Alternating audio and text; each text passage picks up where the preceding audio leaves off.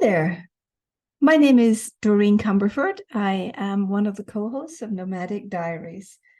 For November, the month of November 2023, I am participating in National Podcasters Month, NaPodPoMo challenge. And this one is just a little part of a series of 30 mini podcasts that I'm doing throughout the month. The subject of this is a guide to mastering constant change. In Nomadic Diaries, we talk to short and long-term expats, to digital nomads, and people who are living the life of global mobility across the world. One of the things that comes with global mobility, of course, is the necessity to manage constant change. So a few years ago, I had written the A to Z's and I came across them recently and thought this would be a good thing to offer today. So this is a guide to mastering constant change, A to Z. Number one, acknowledge. Acknowledge yourself for how far you've already come. If you are a family or a person who is moving across the planet, you are mastering change at a rate that you are probably not even aware of. And sometimes it's important to do number A, which is simply acknowledge yourself for how far you've come, for any areas where you're making progress, and no matter how seemingly insignificant, because it's the very small tweaks that make a difference to arriving, settling, and building a joy-filled life wherever you are. B is for breathe. I notice that we all do better when we practice noticing our breathing, whether it's tight or is it loose, is it expansive, is it contractive? Exactly what is going on with our breathing. And much of the time, if we can become a little dispassionate and self-aware, we can just take that time to breathe in and breathe out and practice a different pace of breathing.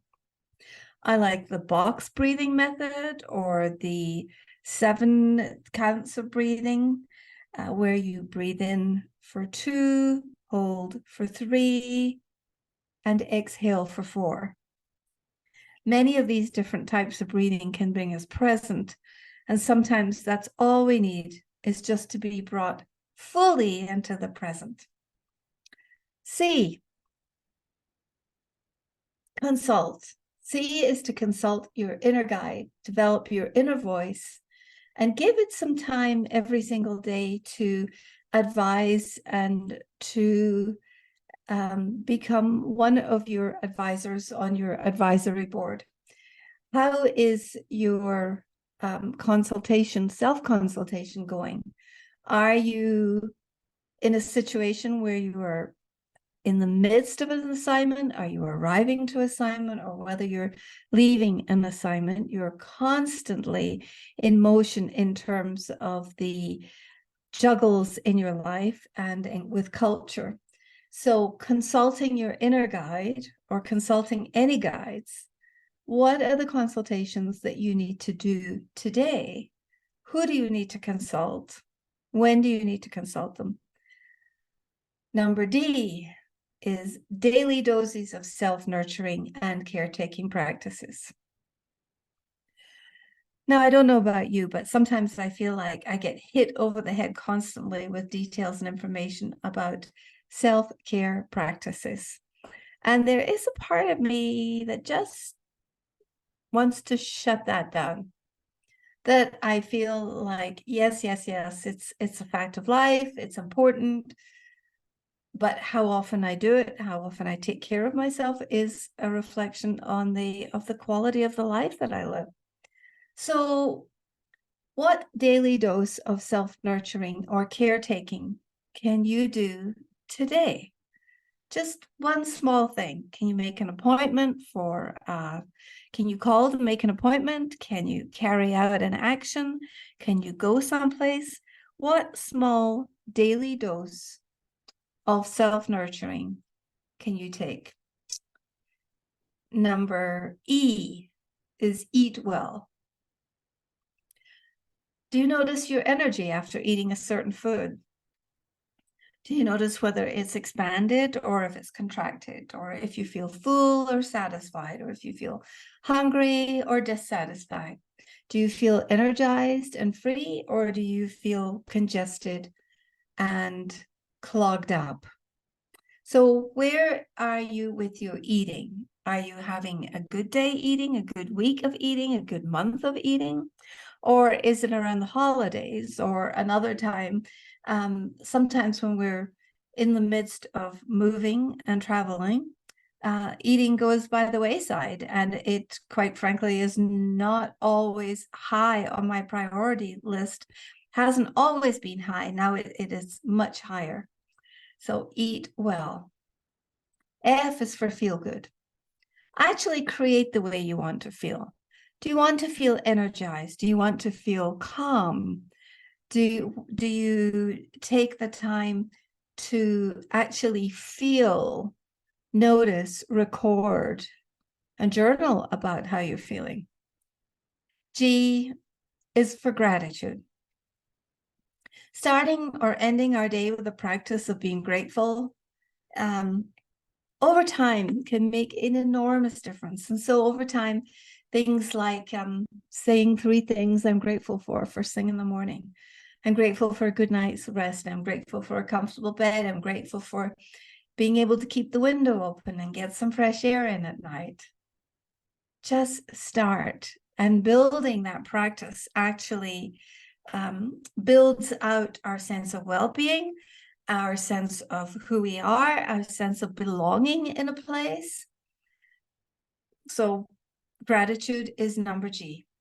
Health, H, is for health. What practices and what attention are you paying that build your greater health and your hopes for the future? Are you exercising? Is your exercise daily? Is it monitored? Is it fun? I'm the kind of person that doesn't do well with long, structured, boring exercises, but I do very well with paying attention to healthy activities that bring me joy, like swimming, biking, hiking occasionally, not so much, walking, and working out, even playing pickleball, dancing. That's a great health boost for me personally. So what is your health boost? Number I is intuition. Are you paying attention every day to what your higher self is seeking to express? Listening to that still small voice. Better still, give it a microphone. Are you paying attention to it? This is our intuition. It's a wonderful skill. It's a wonderful sense that we have. So building on it, listening to it, giving it space, giving it attention, feeding and nurturing it is a wonderful experience. J for journal. Are you journaling? Are you writing daily? Are you writing weekly? Sometimes our journaling over time can reveal patterns that can be blocking us, things that maybe are blocking our thoughts, things that are ways that we are not expressing our feelings. But if we pour it out on paper and we write and write and write about it, it can make a tremendous difference. K is for cake. Kicking around ideas of what you'd love to do, where you would love to go, what you would love to have, who you would love to be. How much time are you spending just kicking around ideas? L is for leaning in. Leaning into your life purpose with intention and with a high degree of commitment. Are you elevating your level of intensity and commitment to leaning into your life? M is for making weekly commitments. if you can make them so that they're more doable, so that you can build on the practice, develop a journal, put in there, oh, these are the things I would love to experience this week, and do those first. Make sure that you include self-care, that you include all your commitments, that you put in your exercise. So making weekly commitments and building a schedule around those of things that you love. N is for notes. Taking notes of what your heart would love, paying attention to that, giving it some time and attention to express your global-hearted desires. What is it that your global heart would love to experience, feel, a place that it would go? What is it that your heart would desire? Take a notes of those, write it down. N is for openness. Be open, stay open to a greater idea for guidance to come from anywhere or anyone. Guidance can just drop in. It doesn't have to have an address. It doesn't have to have a time or place. P is for purpose. When we know our why and we get very clear on crafting and very clear on our purpose, on what our unique gift is to give to the world, can make a huge difference in our results, in our centeredness, and in the activities. Q, quiet. Do you spend a few minutes in quiet contemplation or meditation every day? Now, you don't have to meditate. You could sit by a fountain, or you could go for a walk, or you could meditate on some beautiful flowers or some plants. But M is very, very important to take that. Q is very important to take that time to be quiet and to allow that side of us to speak. R is for rest, relaxation, and release. Are you getting sufficient rest while you're in the middle of this big change or transition? It's not easy to do all of these, but they are interrelated. And as we practice resting, relaxing, releasing, then moving on, resting, relaxing, releasing, we consistently schedule some rest, R and R. Over time, we can get very, very different results to the transitions that we're playing with. S is selection. Selecting partners and people who elevate your experience. Who is going to hold you accountable to a higher standard? Selecting partners and people who will support you in living into your dreams and your goal. T is taking action. Again, it's more activity. Moving our ideas from ideas to action is huge. So making sure that every day you take a little bit of inspired action. This is all these baby steps in the action department take us up all the way up any mountain we choose to climb. Understanding is you. You for understanding. Understanding your purpose, your vision, your goals. And studying the difference, pouring yourself into them and understanding what is the difference between your purpose and your vision and your goal. And since we're approaching the end of the year now, there are certain times of the year that feel more conducive to this type of self-examination. V is for vision. Have you created or designed, and are you living into a healthy, fun vision that has legs? Now, what is a vision that has legs? I believe a vision that has legs is one that advises and takes you very quickly in the direction of your dreams. That once you realize what the vision is and you constantly visit it, practice it, align alongside it, then you're given the information that you need to take the next step. W is for walking. Walking outside in nature every single day, connecting to the earth and the planet really helps keep our stress down, quiet our nervous system, and is awfully good for our brains. X is for examining your results. Are your actions and your thoughts and your deeds all lined up? Are they taking you the direction of your dreams as you're moving through these transitions? Y is for yes. Usually when we're called to a higher version of ourselves or we're moving to another place, we have to create a sense of identity, a new sense of identity and belonging. And quite frequently, there's a moment when we come to a crossroad and it's either, is it a yes? And when a yes is yes, yes is necessary, beware, make sure that your yeses are 100% in alignment. Z for zero in. Develop your focus, your awareness, and your desire. So zeroing in is simply getting really clear and focusing down, paying attention, heightening your awareness, and increasing your desire. So just in summary, this is a guide to mastering constant change. I find that when I'm traveling, moving around on some sort of an assignment or whether it's pet sitting or in my expat lifestyle, I find that when I'm stuck, if I can refer to the A to Z's, and I'll just recap. A is to acknowledge yourself. B is to breathe. C is to consult your inner guide. D is daily doses of self-nurturing and caretaking. E is to eat well. F is to feel good. G is to practice gratitude. H is to be healthy. I is to use your intuition.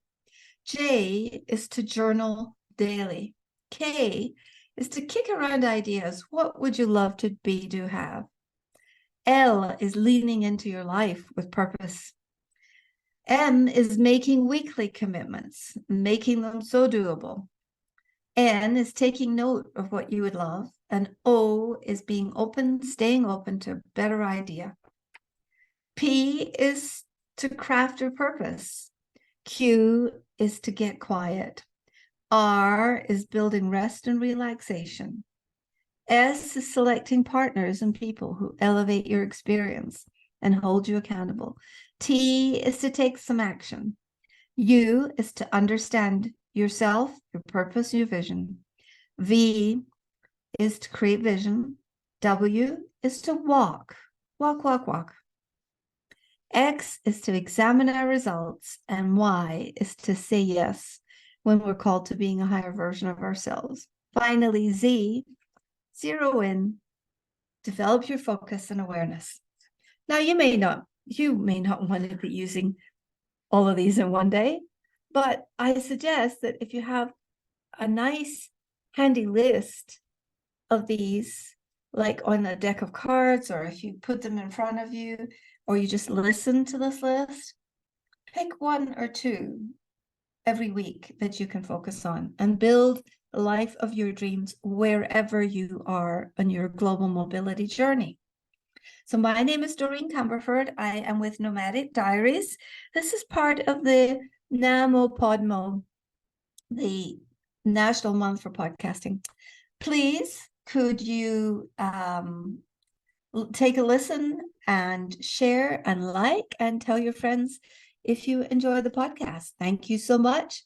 This is Doreen saying sayonara for today.